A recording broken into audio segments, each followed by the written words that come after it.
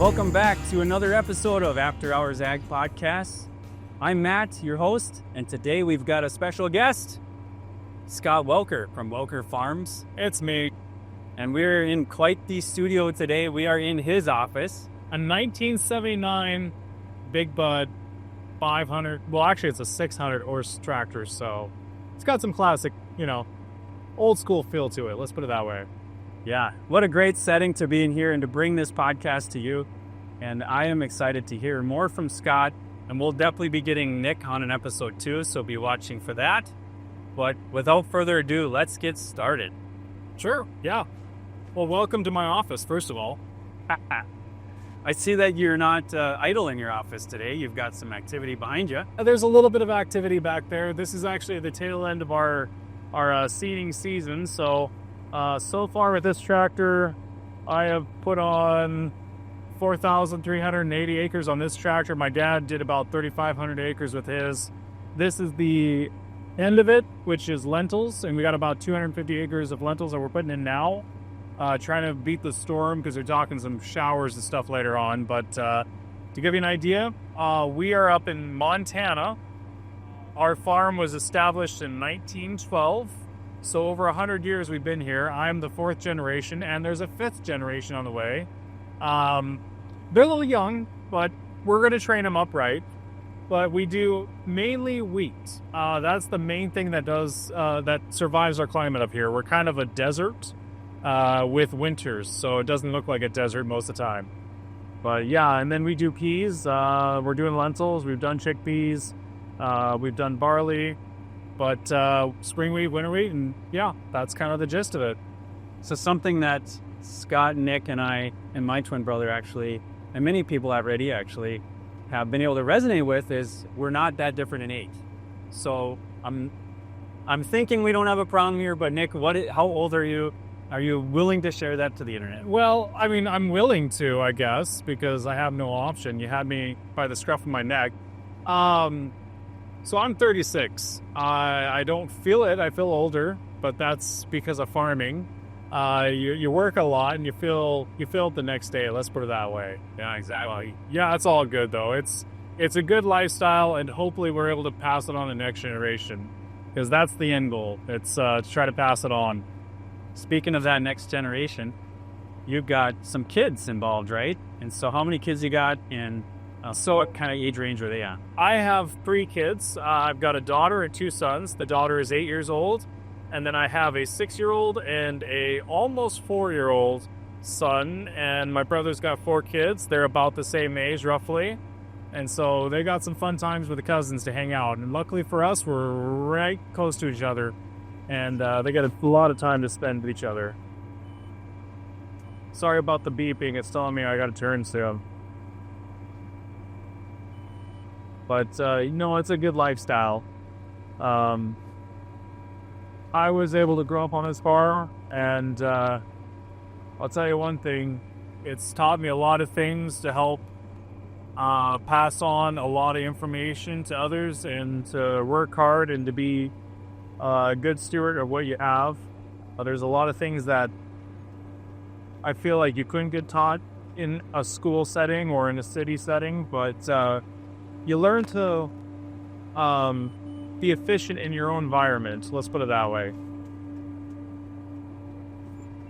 There we go. Turned, and now we're on another half-mile stretch. You know what's cool about this? We get a new view. It's a similar view. I mean, yes. We're going a different direction now. Yeah, I mean, technically you're right, but it's almost like a goldfish mindset. You forget the view that you already saw, and then, but if you really miss it, you can look behind, Yeah. Well, Nick, there's a lot of things that we could talk about, a lot of questions we could ask, but I think there's a lot of interest in this thing called farm tubing, or YouTube channel that the farmers are on. And you guys have had quite a go with it. Is there something that, I guess, number one, let's go through what is the background of your guys' farm tuber channel, YouTube channel? So, to give you a little bit of a background, there's a lot to it, but I'll try to sum it up. My brother went to college for 4 years, came back, decided he wanted to farm, and then we started doing some projects. Well, he's very techy, and he wanted to do a time lapse of one of our builds, which was our Big Bud tractor. And at the time, YouTube didn't know what it was. There was no logic to it or anything. It was just the most random stuff thrown up there, and there wasn't any farm channels or anything like that. And my brother decided to do some of these videos, and it kind of started taking off and just went crazy. And so we were on it for quite a long time, for years of just working very hard. And he would take off in the afternoon, go home, edit till like 3 o'clock in the morning. Dad and I would spend more time on the tractors trying to keep up the pace. And there was no money to be made or anything like that on YouTube. And it was way before. And Nick was probably one of the first. He was at least one of the first ones on YouTube before the farm tubers. So we've been around for quite a while. And it's been a journey. It's been very interesting. It's amazing to see how many other people want to share their story.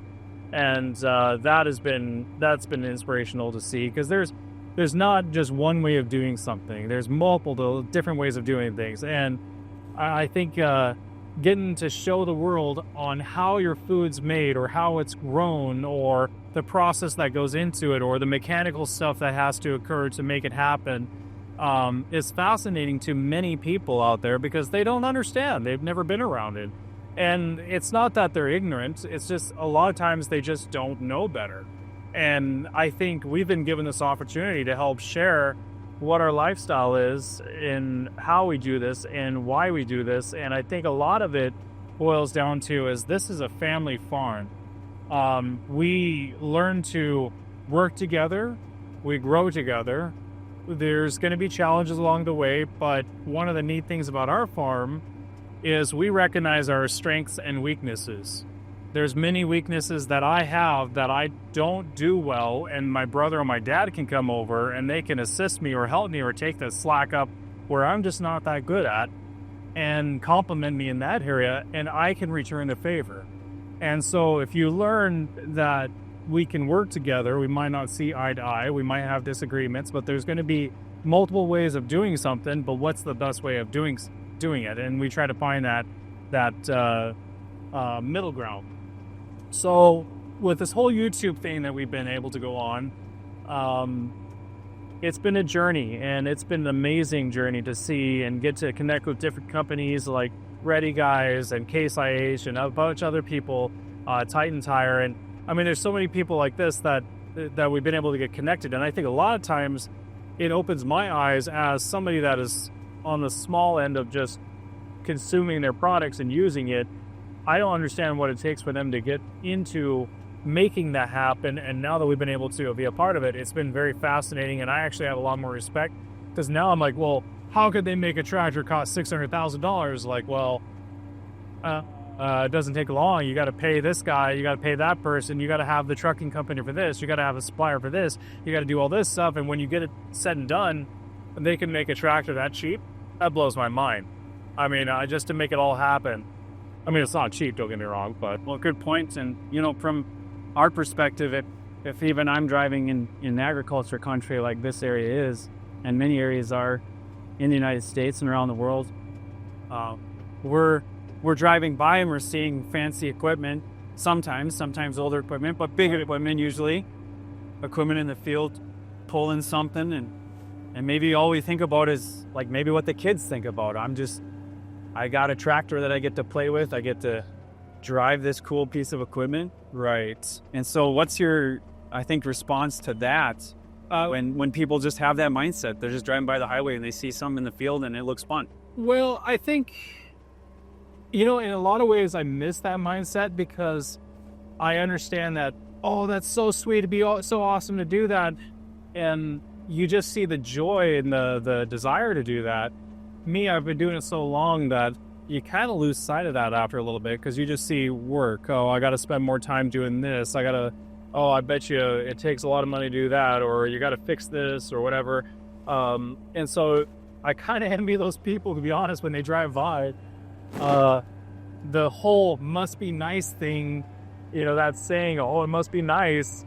It's easy to say that, but when you're on the other side of that viewpoint, a lot of people don't understand the struggles and the time that goes into making it happen and the sacrifice. And when I say sacrifice, a lot of people don't understand how much goes into it. A lot of people say, well, I would love to be my own boss. Well, I'm sure you would. But do you have the diligence? Do you have the motivation to get up early in the morning, to spend hours every day, long days, to try to get your work done, seeing all this money go out, and you're hoping that something comes back in return? And then if you break even, you're thrilled.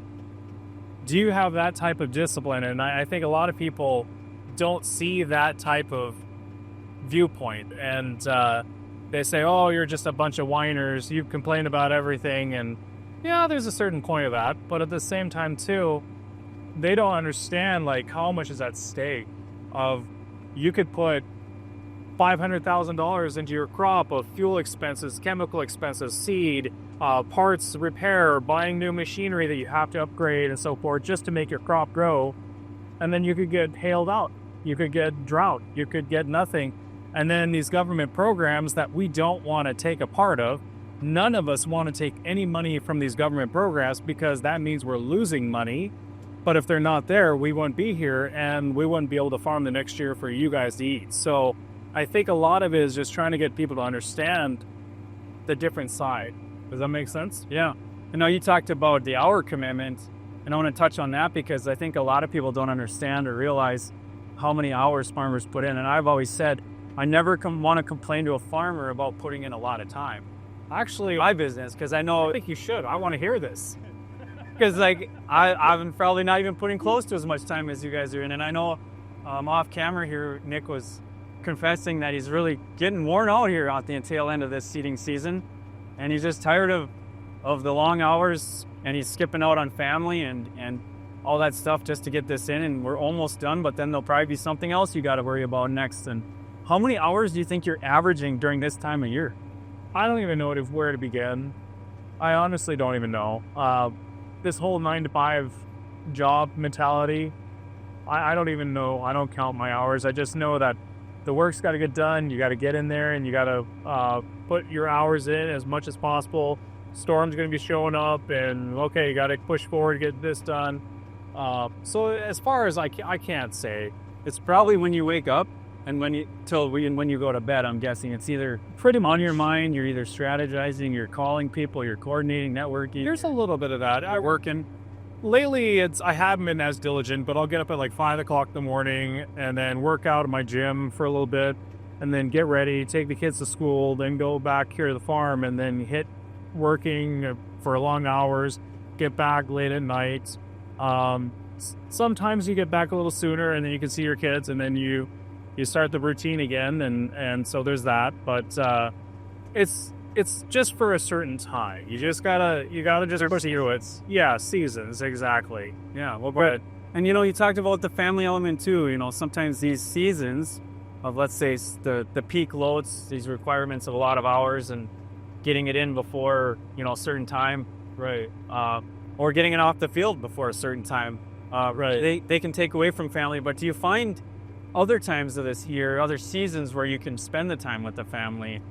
Well, the summer months for us are very busy. It's hard to try to break away, and I'm going to try to make sure that I spend more time with my family this summer, because we only have up here in Montana, after the winter months, which is like 8-9 months, pretty cold outside, there's a lot of shop work, but then we only have a growing season of like 3 to 4 months, and in that 3 to 4 months, there's a lot of stuff that needs to be done in that little time frame. So summers are very busy. Winters for us are very busy because of this YouTube channel. I was going to say, it sounds like you only work 3 to 4 months and then you get the whole winter.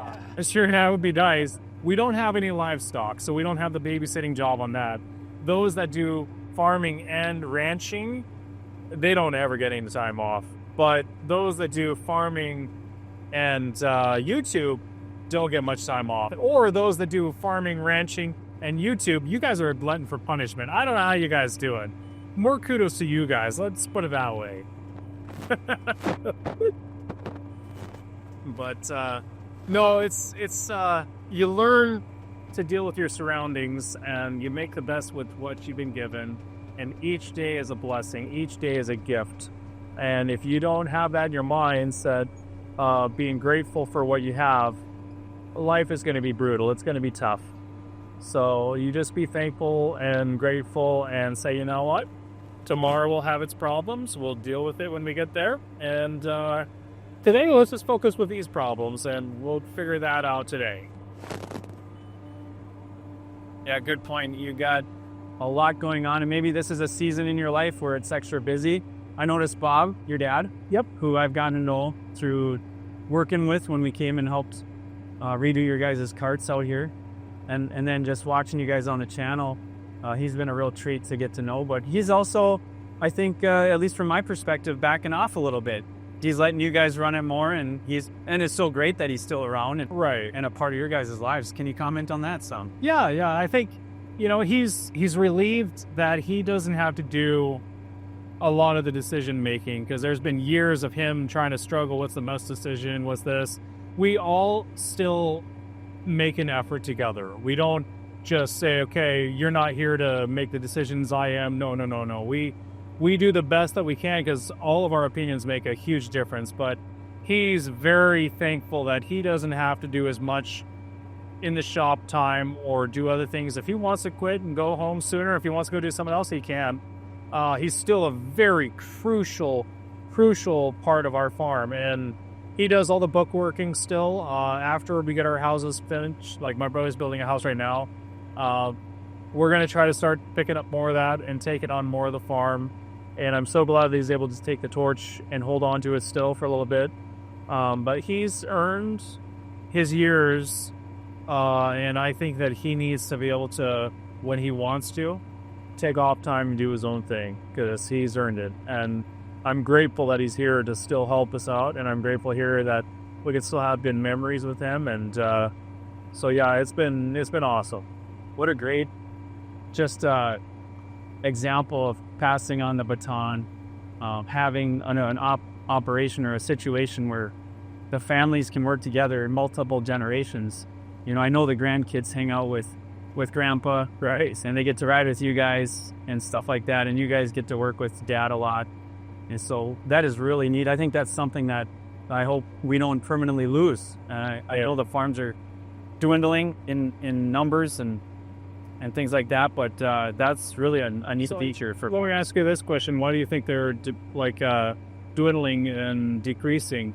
What's your perspective on that? Yeah, that's a great. You're asking me. Oh, but ask me that question. My feel on or my vibe is that kids are there's maybe less kids per family, right? There's and that, yes. Then there's also less kids interested to do the work, yet to do the farming, because I know for a fact from hearing people talk about it that they see the amount of work that goes into it. They see that they're married to their operation, and but then they see another person who works a normal job. You can make $150,000 a year when you're established, and you can have 4 weeks paid vacation. You can go home at 5 every day and leave your work at work. And so I just see that farming as an average is maybe okay, you're surviving, but you may have one really good year, you may have 2 average years, and you may have a couple really bad years. Right. And so just that cycle is really taxing and hard to handle. And so there's no new farmers are just going to come up and start from scratch. It just seems like it's almost impossible. There's very few ways of doing that. One, you win the lottery and you don't know what to do, so you go in debt and buy a farm. 2, you're married into it, I should say. 3, you're born into it. Or 4, you have some relative or somebody else that has a farm that might not be relative, and they help bring you in and they'll help you start doing it. But it's not something that you can just do. There's very, very few people out there that have a first-generation farm that never had any ties any way in, and they managed to make it work. And I'll tell you one thing, those people, they have an incredible work ethic, and they just keep going. But the only way for their farm to succeed is they have to have a second or third job to supply money to pay for the farm. So did I accurately get most of it, or what? I would say you nailed it pretty close. A lot of times people just see the dollar figure of selling the farm, and the greed sets in, that they just like, okay, well, you know what? I don't want to put forth the effort. I'm lazy, and I want the easy routes. And they try to sell the farm, and it doesn't pass on, and they will the farm ends there. And a lot of times too, why it doesn't succeed very well is to buy land. You got to have a lot of equity, and you have to have a lot of cash flow to make it work. And a lot of people don't have that. And to try to make money on the farm, you have to have a lot more land to produce, which means more work and more time. And so it's just a challenging thing for people now, because expenses are so high.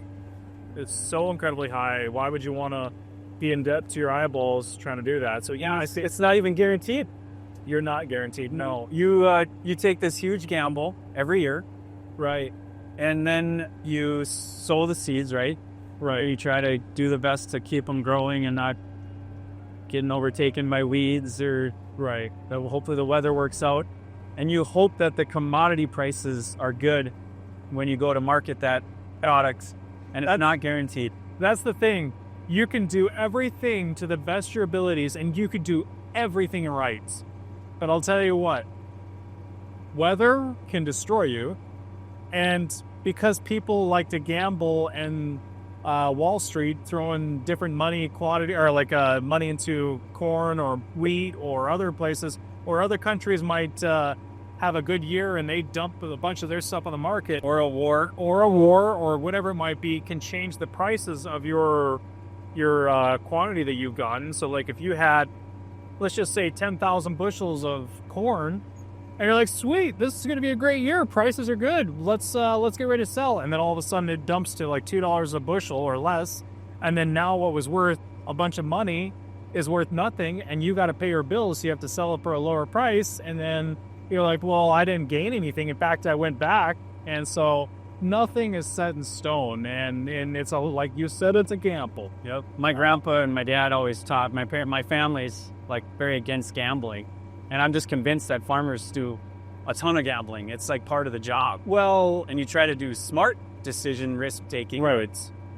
Why go to Vegas and throw the dice on a couple thousand when you could throw the dice on farming and spend a couple $100,000 And your lifetime. in your lifetime? You can spend your life and maybe not make it. Why not? Well, we don't want, and please understand, we're not trying to be gloom and doom. That's the reality of it, though. Would I do this all over again? Yes, I would, because I know what the value is here, and I know what it has taught me, and I hope that it gives my children an opportunity to understand that value and that work ethic, and to learn skills that are not an average skill. I mean, you think about what do you think a farmer is? I mean, do you think that they're an electrician, a plumber, a woodworker, a fabricator? And I'm a jack of all trades. Jack of all trades. Like, they got to do metalworking, they got to be agronomist, they got to be bookworking, management. I mean, you start looking at all these things, like there's so many skills that you have to acquire to make your operation work. And what other jobs out there require every skill that you can acquire? I mean, there's very few. Well, there's that too, yeah. Not all farms are that way, though. That's a whole other story. Yep. But No, and it's like what I think of when I think of a farmer. What is a farmer? Like, my mind instantly goes back to like core values, conservative values, living off the land, knowing that your existence is because of a creator God, right. who created us, and without him bringing the rain and having the seasons and understanding that more to a ground level is just amazing to me. That I think the farmers still hold on to that more than anyone else in society, and they've got a lot of values that I think we don't want to lose. Well, I think a lot of it is you develop a faith because you realize that everything's out of your control, but it's still your responsibility to do what is necessary to do the best job you can with what you've been given. And because if at the end of the day, I'll tell you, if I didn't give it my all, you give everything that I had to do the best job that I could, at the end of the day, I would regret and be mad at myself for not giving forth that effort. And so I don't know how people can go throughout the day and say, well, I'm just going to do this much and that's good enough, and then sleep good at night. I'm not one of those people. I don't know how people can do that, but hopefully this mentality of this younger generation is able to stand up and say, no, we're going to do what's necessary. We're going to put forth an effort, even if it doesn't benefit me. Make some sacrifice. Right. Yes, absolutely. Yep. We get sidetracked on this quite a bit. Well, that's good. If we can keep going on the L, sure. If you're up for it, I think that's a really good thing too.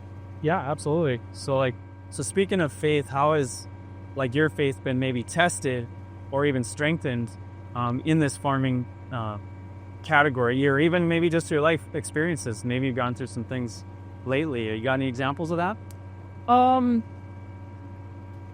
So I guess for me, let me back up a little bit. I'm dyslexic, and reading and writing and all that stuff is a challenge for me. When I graduated high school, I could barely read a 4-letter word.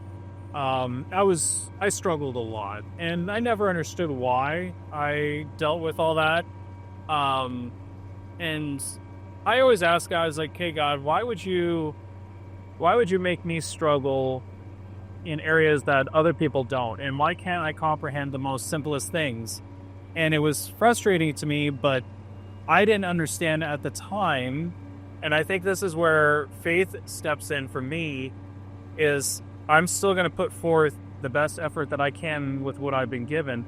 And now, years later, people don't even realize I struggle with dyslexia, that I had problems. And let's see, 1 second, I got to change here. If I don't make my changes now, I'll get distracted. But years later, I now have an opportunity to show the world what we're able to do and the gifts that I've been given.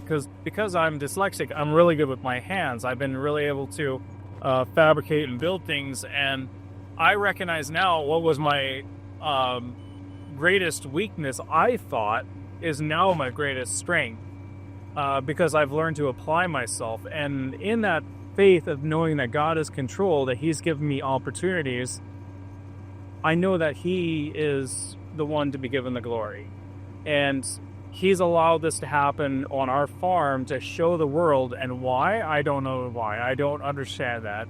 And it's not for me to convict people about where they stand in religion or faith. It's more of me showing, hey, I am very grateful with what God has given me and allowed me to grow. And anything that's good for me is not me. It's because of my Creator, I believe. Because my sinful flesh would be a whole lot more greedy and a whole lot less kind. And I'm just trying to do my best to show the love and compassion, the grace that's needed, that Christ showed. And there's days that it's challenging, but I think we all struggle. And I think that struggle is good. It's how you go about struggle that matters. Because if you didn't go through struggle and you're in a spot in your life that you're content, why would you grow? What motivation would it be to grow? And I think a lot of times we need to struggle, even if it's really tough and difficult and we don't like it, we need it. And I think that if you're going through something in your life that you're struggling with, try to look at it as an opportunity to say, what am I made of? How am I going to look at this as a positive thing to grow and to be stronger? Because if you're going to be a bodybuilder and lift 5,000 pounds on, squat or bench or whatever it might be, it's going to take some time and some really tough hours and growing pain for you to get strong. Will you ever accomplish that goal? You might not, but you will learn and appreciate a lot of things throughout the time of doing that. And I think that is one of the gifts that God gives us, is struggling so that we can appreciate more. I mean, I don't know about you, but would you say that's fairly... Well, I can tell you that when I'm stressed the most or put in like more of that pressure cooker situation, I'm more apt to pray. I'm more apt to seek out to God, like ask for help, seek out others, and at the time it feels like I just want it to end. I want the pressure to be taken off. But when I look back, it's like, wow, that's what actually humbled me, set my priorities more straight again, or got me reset. And again, I've never prayed more than when I'm having those challenges. Right. And so it makes us rely on God more, because we realize that this is not us. We can't take care of this. We can't fix this ourselves. No, absolutely right. I think that's how you just establish faith, is going through those moments that are tough. And it's easy to give up. Most people do. And how much desire do you have to keep pushing forward? And I think that mindset is something that you have to change. It's not something that's just given. I think you have to earn it to try to push forward, even in tough times, but you're going to get good at it. So, for example, whatever you're going to do the most, you're going to get good at. If you're going to be a fat, lazy slop, you're going to get good at that. If you're going to be somebody that's motivated and trying to do what's necessary, you're going to get good at that. So whatever you do most, you're going to get good at. And if you're going to be a nasty person all the time, you're going to probably get good at that too. Yep. I think so. Yeah, I think I probably agree with that. That's a good point. What are some of the biggest challenges that you've had, the hard times, real briefly, like that you could touch on for our listeners? The hardest challenges? Maybe the hardest times in your life that tested your faith the most. Really, that's a tough deal, because I think growing up when I was younger, when I was homeschooled, my siblings were homeschooled too, and I could see that they were doing so much better on homework and schoolwork and learning and reading and all that stuff, and me, I just couldn't figure it out. And that was, I struggled from it early on. From then, I used to have like anywhere from 3 to 4 migraines a week, to the point where I'd throw up at least 2 times a week. A lot of headache. I had a lot of back problems still to this day. I've had a lot of pain throughout things, but at the same time too, do I talk about those things? No, I don't talk about those things, because those opportunities help me grow. I would say the hardest times in my life is when I get into a situation, I don't know what I'm doing. I don't know how to finish this. I don't know how to fix this, but you know what? Somebody's figured it out. I might as well try to learn how to do it. And that mentality, I feel, has grown. And so when I take anything back, I don't think I take anything back, because I've learned to be stronger and more self-disciplined because of those things. So I can't just pinpoint to one scenario, but it's not about me. It's everybody's gone through something in their life.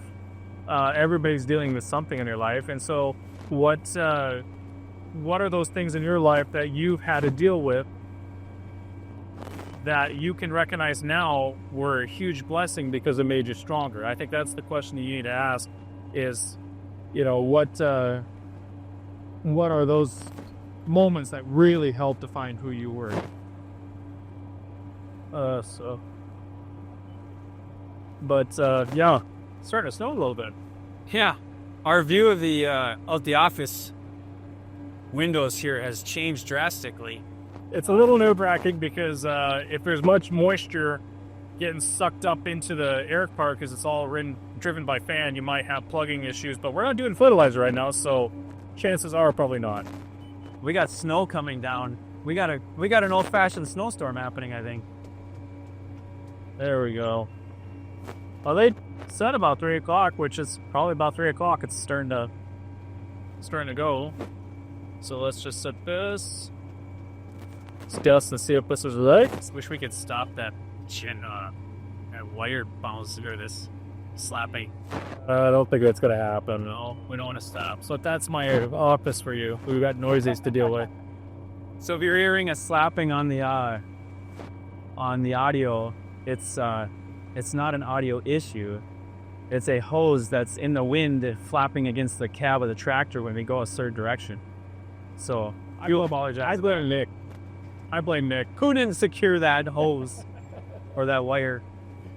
But no, I don't know that you had a challenging time when you actually had the hitch of the big bud fall on your arm. Oh yeah, there was that time. Yeah, it was with this tractor too, by the way. It was in this office, huh? Well, it wasn't in the office; it was outside the office. So about 3 years ago, I was a little closer to 4 years ago. I was putting a drawbar of this tractor back on, and had an incident, and the drawbar fell on my arm and broke this arm completely in half, and had a bone sticking through my my arm, and so I've got 2 metal plates and like 12 screws, and that was a very scary situation. And you know, if you watch the video, which was caught on tape, except for it was time lapse, so it wasn't in the moment, so it was like 3 seconds. It shows the drawbar falling, then it shows it on me, and then it shows I'm out. And within 3 seconds, I was able to lift the bar up, which we figured it out. If you take 11 feet long by 2 inches thick by 8 inches wide steel, that's like over 600 pounds. And the place that it fell on my arm was probably about 315 is what we figured. So within 315 pounds, I was able to take my left arm, lift it up, pull it out, and then go to the house. And honestly, in that moment, you're like, holy crap, you had brutal strength. It's like, no, I'll be honest, I'm going to give the glory to God, because he gave me the ability to. And if my best day in the gym, my strongest I've ever been, there's no way I could lift it with one arm. So that was a blessing, I'll be honest. And so he gave me my spare back, so I'm happy. Yeah. And you know, he's got the nickname of Legarms, and he was tested. The Legarms theory was tested, and you know what, the Legarms came through. Let's not be tested again. I don't think that would be. This is enough. I'm happy with one time. So there's a video there. If you want to watch it, go ahead. I'm not going to. No, I'm good. I think it's the lead-in video on your channel. It's like the Winnezodia channel on the home screen. It shows the scan. Oh, it's so long. I watched it once. I'm not gonna. But here's another thing I want to show or talk about. If you want to talk about a blessing, how could that be a blessing? Now think about this. You get so comfortable in your surroundings, and you don't think twice about what you're doing, and bad things can happen.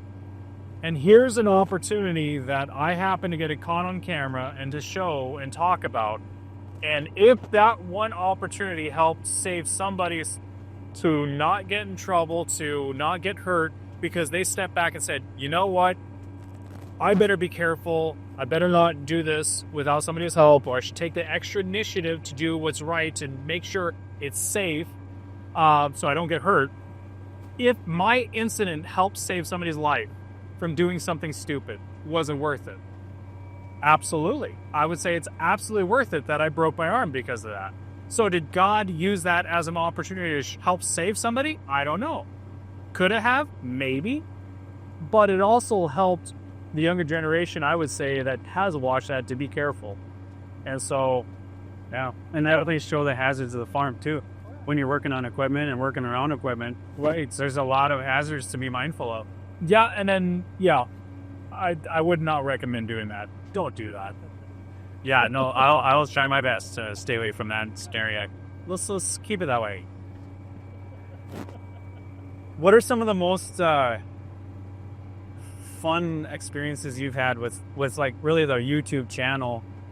What has that done for you? Some of the fun things you've had and experiences you've had because of this opportunity?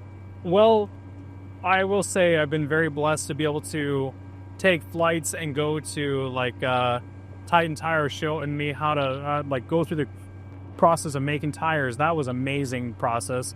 Going to the combine plant in Grand Island from Case IH was amazing, and going to other places and getting to connect with these big companies that I wouldn't even think twice about, and now seeing how they do things, those opportunities to me has been amazing. But the one thing too is the opportunities of getting to meet so many different people and hearing their stories and how they've been able to do what they do. And you know, you feel small in this world. You feel, wow, those people, they're an inspiration. Those people, I have more respect for, and I think that has been very humbling to me. So yeah, I would say just getting to meet and learn about others and how they do things have just been very inspiring to me, I guess. Good. Was there ever a point when you thought about stopping making videos and quitting the whole YouTube thing? Because we know how much work it is. Just about every day. To boil down to it, just about every day. Maybe we don't know what it takes. I know I do it for our channel marketing, but maybe talk through briefly like what it takes to be a YouTube star. And maybe, you know what, you maybe not even get there with all the work you put into it, but what did it take for you guys? So, I'm fortunate where I'm not the star of the show. That's my brother. He's the one I call the CEO of Welker Farms. He's managing all the videos, getting stuff ready, connecting things, and he's way above my pay grade for what goes on. So his level of busy is a whole other level than I am. I've never edited a video in my entire life, but my side is I have to record what I'm doing and try to make it fun. I have to figure out a way to make a storyline. How do I make the storyline? So before I start the day, I'm trying to think, okay, if I do a camera here and a camera here and talk about this and do this and then show this, you know, I'm trying to figure this out. Well, then when I'm in the moment, things can change, and then, okay, well, I'll do this and this. And then if you want something that's like 10-minute job to do, could take you a half hour, because if you think about it, I got to get out of the tractor, stop what I'm doing, go over, put the camera on the side of the air drill or wherever it might be, get back in the tractor, drive for a little bit, stop the tractor, get back out, grab that camera, get back in, do this. Or if I'm going to do something at the shop, weld something, I've got to plan ahead, say, okay, I got to do this and this, and then put the camera here and do this, and then I got to talk about this. Now, here's another thing. How do you figure out what's exciting and fun for people to listen to? How do you make it so it's not annoying to those that do know, or not too elaborate for those that do know or don't know? So it's like you're trying to find that happy medium of how do I explain it to those that don't understand, that don't really truly get it, and make it fun, or without annoying those that do know. And so it's a lot of just mental stress. And then you're trying to do all the stuff on the day of working and try to get things taken care of, and you're tired, and then yet you got to pick up a camera and you got to try to be fun and exciting and entertaining. And a lot of times, like, I don't want to try to be gloom and doom, but we're just tired, and it's hard to find that energy. And there's days that I just want to go and not pick up a camera. One of the days of seeding, I just didn't record anything. I just didn't want to. And so, yeah, we noticed. We didn't see your smiling face, or maybe frowning face at the moment. Today? No, I don't.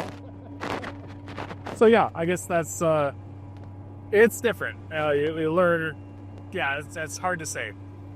But what would you tell someone who is thinking about getting into being a farm tuber, or even just having their own YouTube channel, even if it's not related to farming?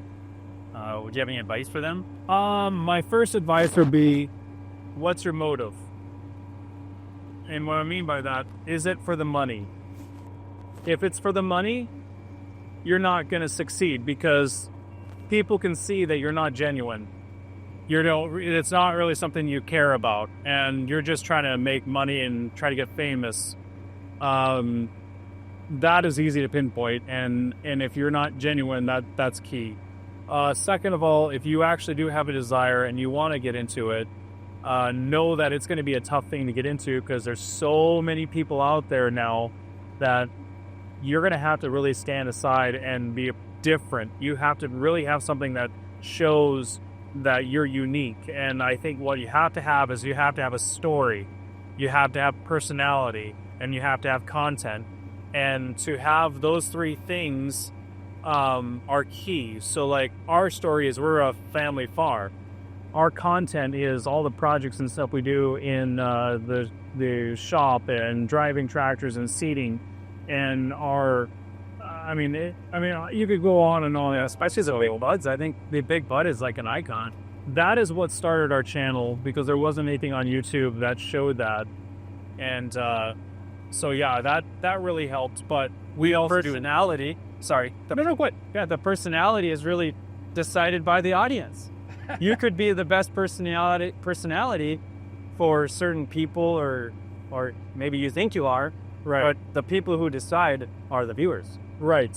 Yep. Absolutely. We're gonna get shut down pretty soon. I'm gonna just try to finish this field, and I think that'll be it. I don't think I'm gonna seed much more after this. Shoot. But no, it's tough to be in what we're doing now. You have to spend a lot of time and commitment. You probably won't see anything benefiting you for a long time. So are you willing to just put forth an effort for nothing is the question. Because you might not have anything, or you might turn into something. So does that answer that question? Yeah, it's really good.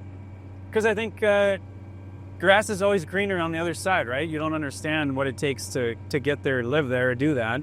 Right. And that's a really good insight. But you definitely have to be genuine. You have to be, don't be a phony. Well, we are having a great time here in Scott's office. It's a chow of his big bud.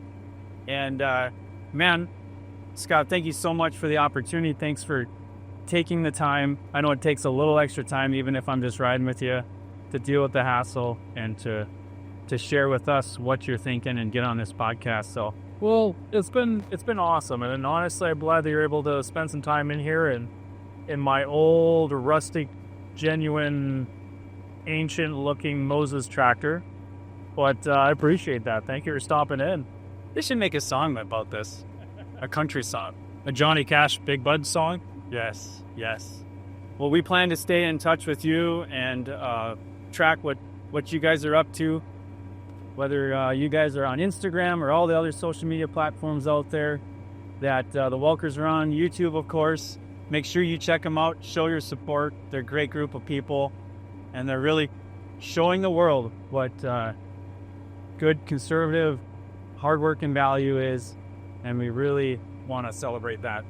Guys, if you could do me a favor and give us a review, give us a 5-star review. If it was worthy of that, I think it was with this high class of content, right?